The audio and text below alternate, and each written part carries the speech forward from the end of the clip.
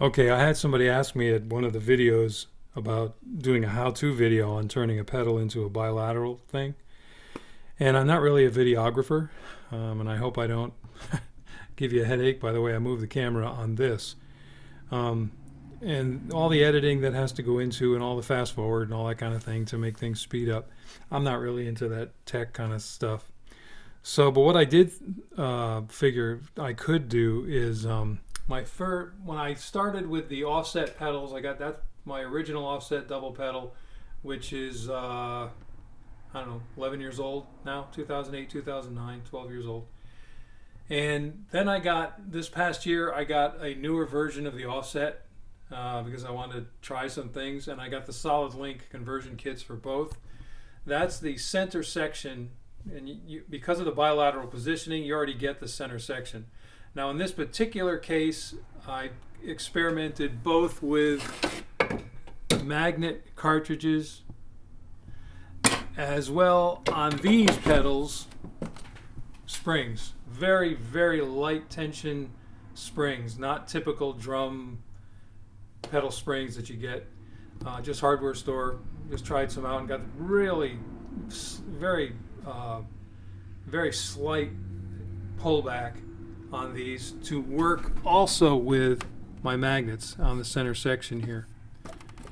I may have showed that on the last video, but anyway, so I'm messing around. But this is the first center section I had with the original offset pedal, and you can see how I've magnetized. I put some magnets just on a threaded rod that goes into the spot where the spring system sets up. Took off the basic wheel that the springs hook up to, and make my cartridges out of, I don't know, I've got a bunch of walnut or maple or whatever in the shop, so that's what I've been making them out of. Buy the magnets, disc magnets I'm using. You'll see on a review of the D-Drum pedal in a second, I'm using bar magnets there. But so this is how, and you can see by just the shape of the magnet cartridge, I want more forward thrust than reverse thrust because I've already got reverse thrust under the footboards.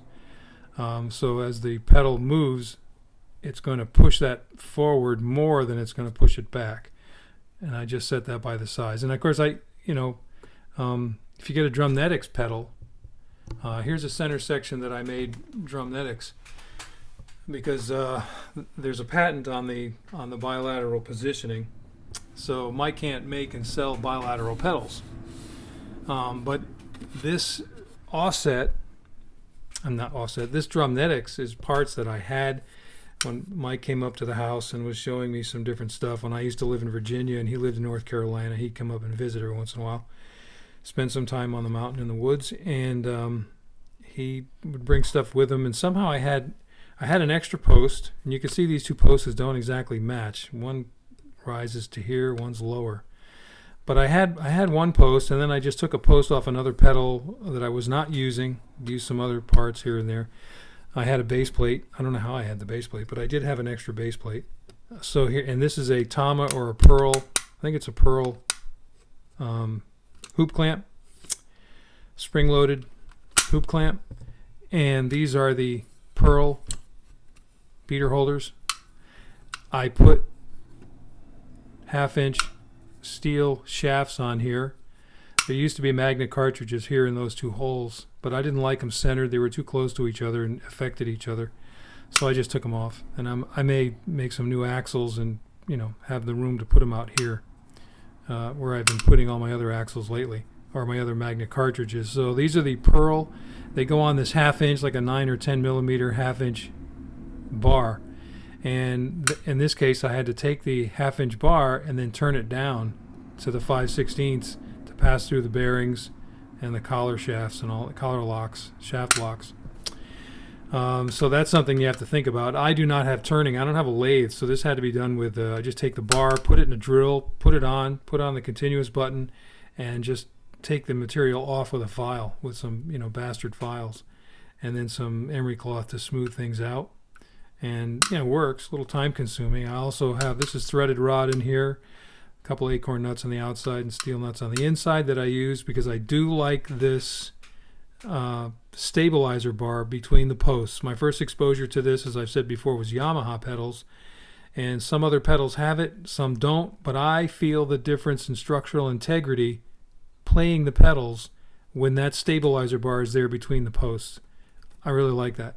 So I have this just threaded rod. I have this between the posts here on the Drumnetics section as I messed around with that. This is a double pedal, like a student line double pedal that I had just to practice with at a motel room or at a practice pad setup or something. And I decided to see if I could use these as center sections with the Drumnetics pedals before I messed with that. And so this was a slave and a master, right? Everything, I just took everything apart, everything out. I added bearings in the post heads on this and made my own shafts, just steel bar, and my magnet cartridges. And you can see how the magnets, okay, that's just the bottom magnet pushing the top cartridge away. That's how much, action you get. If I were to put it in place like this, and then I can take, if I want on this particular setup, I can rotate the cartridge to get more or less forward action with that. Same thing on this, the way I did it. The stabilizer bar that I have between the posts is also holding the magnet cartridges, and I can do some adjustments there if I want.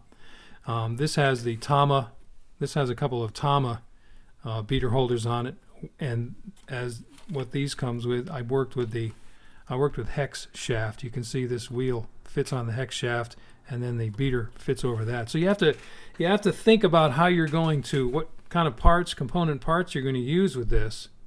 You have to work with. Now I'm working with magnets. If you just stay with expansion springs, let me show you. I've got a bag here. I got a bag here of cams and expansion springs. These are the cams and chains. This is a whole bag.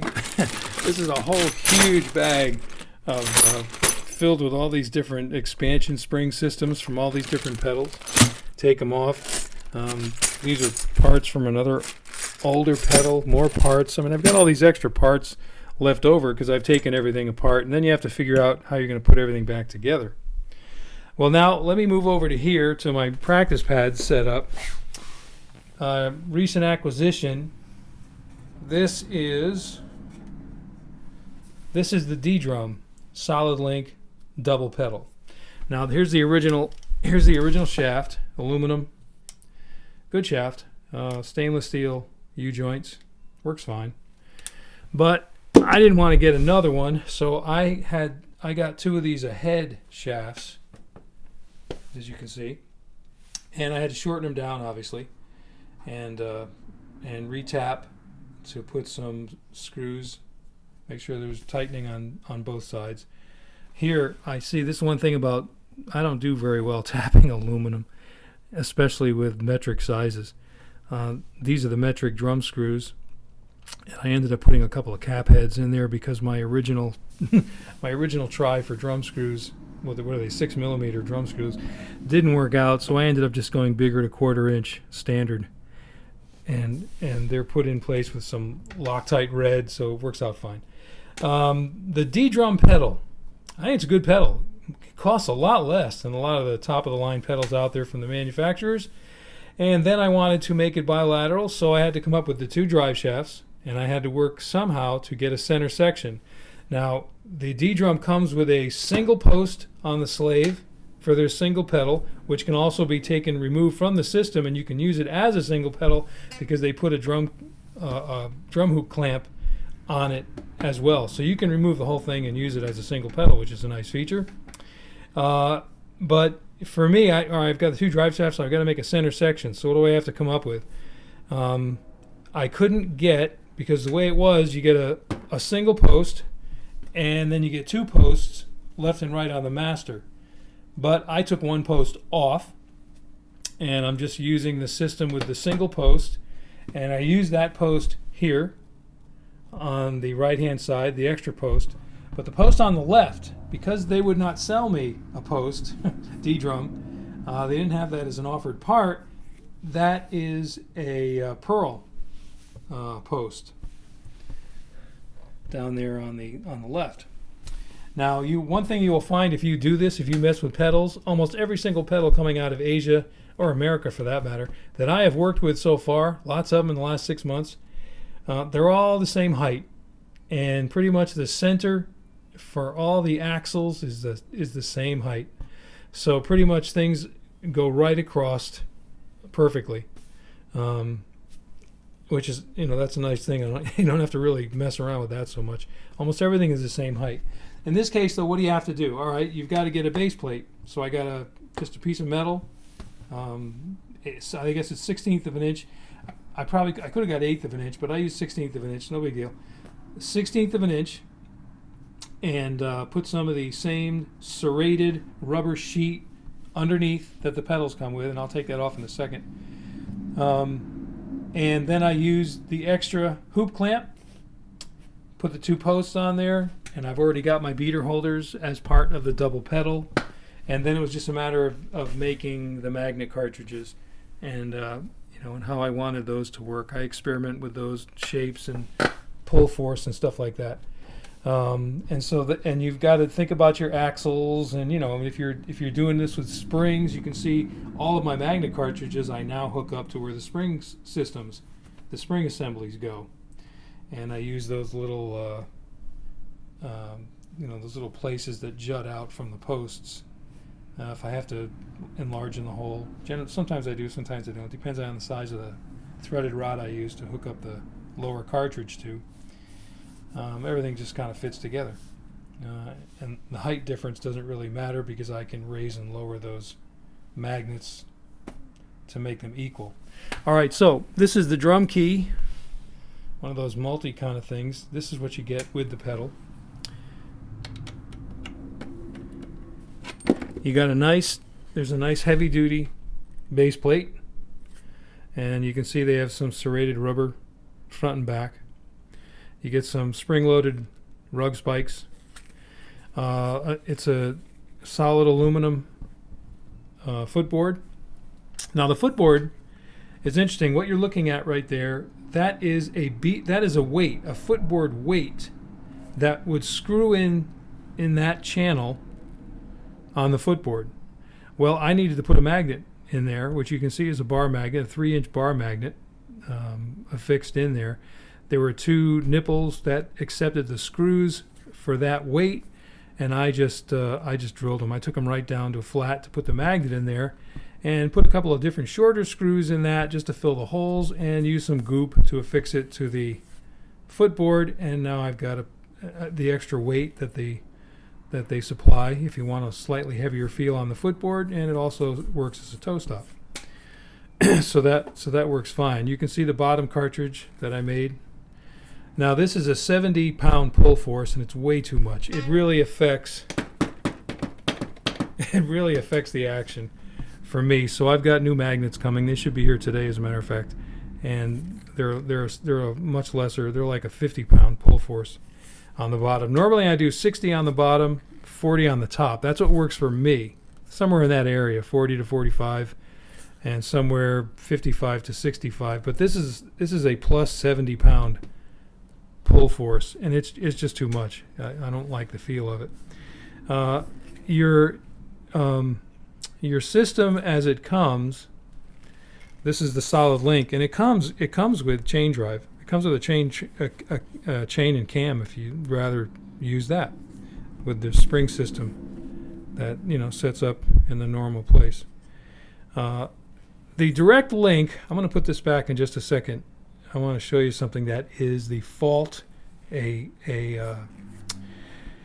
unfortunate mechanical fault of all solid link pedals that I have encountered so far.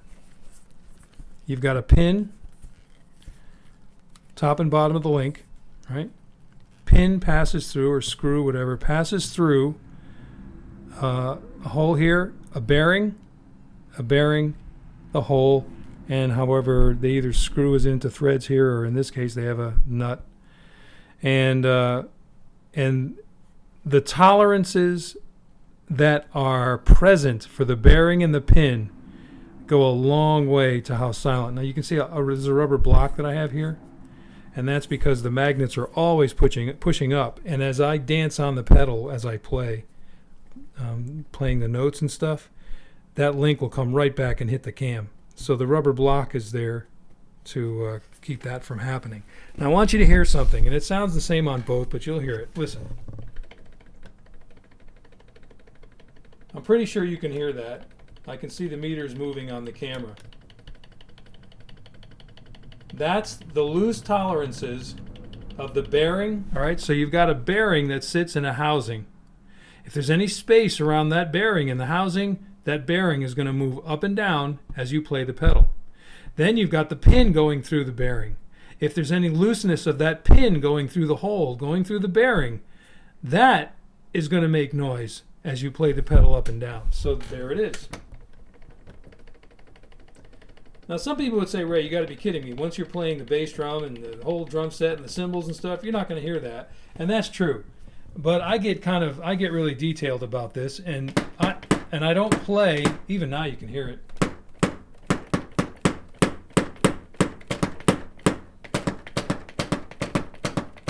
Even if I keep my foot on the pedal and just play simple patterns, you still hear that. It's there. Tick it, tick it, tick it, tick it, tick it, tick it, tick it. That drives me insane. And this is, of all the pedals that I've worked with in the solid link drives, this is the worst. Pearl, their direct link, did I already say this? Pearl has like this self-aligning bearing in the upper part of the link. Oh my goodness, is that a noisy little thing. So I just took it out. I just took it out and replaced it with a standard bearing, and it brought the ticking sound down quite a bit. That's not a good design at all. But this is the worst. This is the loudest one. And now some people say, hey man, look at John Bonham played with his squeaky Ludwig Speed King on those old albums. No big deal. And you wouldn't hear this if this was not hitting a pad set up here. And I experiment with different things, mouse pads. There's a face cloth over other types of rubber behind there on this whole wood system I put together. I experiment with different things to get things as quiet as possible, but still have this. And I don't really want a lot of bounce like a bass drum head. It's the same thing on my practice pad, which I took off and put here. If you've seen the video, I changed this around. This has got all kinds of different stuff to make it as quiet as possible, because my wife doesn't like drums. So I try to keep things as quiet as possible in this room. And so I'm always experimenting things. But there's a lot of it. The pedal provides a real good snap. Now, a lot of that has to do with the 70-pound pull force. But if you put a spring system, an expansion spring on, tight, it's got a lot of impact force, more so than other pedals that I use. So the configuration of how everything puts together all comes off the cam generally. How the ratios work with pushing down the pedal, and how the cam pulls the moves the beater shaft forward. And in this case, there's it's quite a good thump. But that sound is typical of almost every direct drive I've heard. And what I have to do either is get new bearings that fit more tightly in the housing, or use other kind of pins to fit more tightly in the hole in the bearing, or use some kind of shims. I might use aluminum tape, very thin aluminum tape, and try to put that on there if I can squeeze a bearing back in or squeeze a pin through. Or I have to put a divot, take a punch and put a small divot. It's like a meteor. When a meteor hits the ground, it not only creates the hole, but it throws up material so that it makes a rim around the hole. It raises up the earth, right? It's the same thing when you take a punch and make a divot in a piece of metal. It creates that same little ridge, and that ridge can be just the right amount of space to take up the space as the pin passes through the bearing. You might even have to squeeze it in or tap it in. But once you have no more play in the pin and the bearing, that goes away. The sound goes away. So I'm going to have to do something with this pedal to take that sound out. Ugh, drives me crazy. But these are some of the things. I don't know, did I mention it? I put a stabilizer bar between the posts because I was getting some flex action in the post on the base plate. And so I just affixed the two posts together. It's just a threaded rod with some aluminum tape over it so you don't see the threads. and drilled some holes in the posts and just affix that stabilizer bar between them. Boy, that changed things a lot. That made things really fundamental in the movement and took out some of the play. Your feet are very sensitive, and you can notice a lot of different changes. That there can be from pedal to pedal. They're all little different features that go into this. So if you want to do the whole bilateral thing, those are some of the issues to concern yourself with that I thought I would mention. You got to deal with base plates. You got to deal with how you deal with hoop clamps and stabilizer bar. That's up to you. But you're going to have to deal with your posts. If you want to deal with bearings in the posts as because if you take all this center section stuff out, I mean, you could leave it in too. But then you're going to need a third pedal, all right? When you do that, you're going to have to get parts somehow to create the center section, and in doing that, this is some of the stuff you have to work out: posts, axles, bearings on the inside, etc. And it's all my source is eBay. It's been eBay for a while. I stopped using Amazon, and I get all my stuff out of eBay, and there's tons of industrial merchants on there selling all this stuff, so you can find anything you need. All domestic if you're in America, and if you live outside America, there's all kinds of stuff that comes from merchants in Europe and Australia and stuff, and of course the Orient. You just wait more when you have to wait for stuff to come from China. Just longer time element there, but you can get all the parts that you need to do these bilateral systems if that's what you want to try. You just have to figure out your parts and how you're going to address it. Take a pedal apart. Don't be afraid to do it. Nothing's going to fall out. Just keep your eyes on things. And if you don't know where something goes, watch it as you take apart. Take a magic marker, put a notation of some kind on it, a number, a letter, anything that tells you how things might go back together. But you'd be surprised, when you take a pedal apart, there's not a ton of parts that are taking place. They're all pretty basic. Every single one of them is all pretty basic, no matter how intimidating they may look. So if you want to try this bilateral setup, that's some of the things that you'll have to address and work with. You can, if you have any questions or anything, just send me a message or an email or something, and I'm happy to try to help out, especially if you want to get into magnets. I think magnets are just so cool compared to expansion springs or compression springs. They're almost like little living entities, man. I've got boxes of magnets around here, and I can put a magnet here and I can put a magnet here, and depending on the pull force, those magnets will find their way together. Sometimes they jump at each other so fast. If you're holding them in your hands, I've gotten cuts in my fingers because they can shatter. So they're tricky to work with.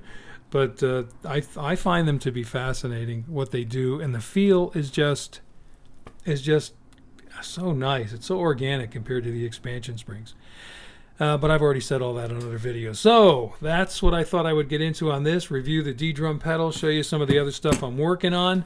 On the other side of the room, I've got my wood pedal, and I'm not going to show you too much of that because I'm not done with that yet. But I'm working on a solid wood pedal, with the exception of some of the moving components are metal, but it's a solid wood pedal, in this case all walnut. It's going, if nothing else, you'll see probably this week, I'll get the video up, it's going to look cool. Now how it performs, that remains to be seen, but it's going to look pretty cool.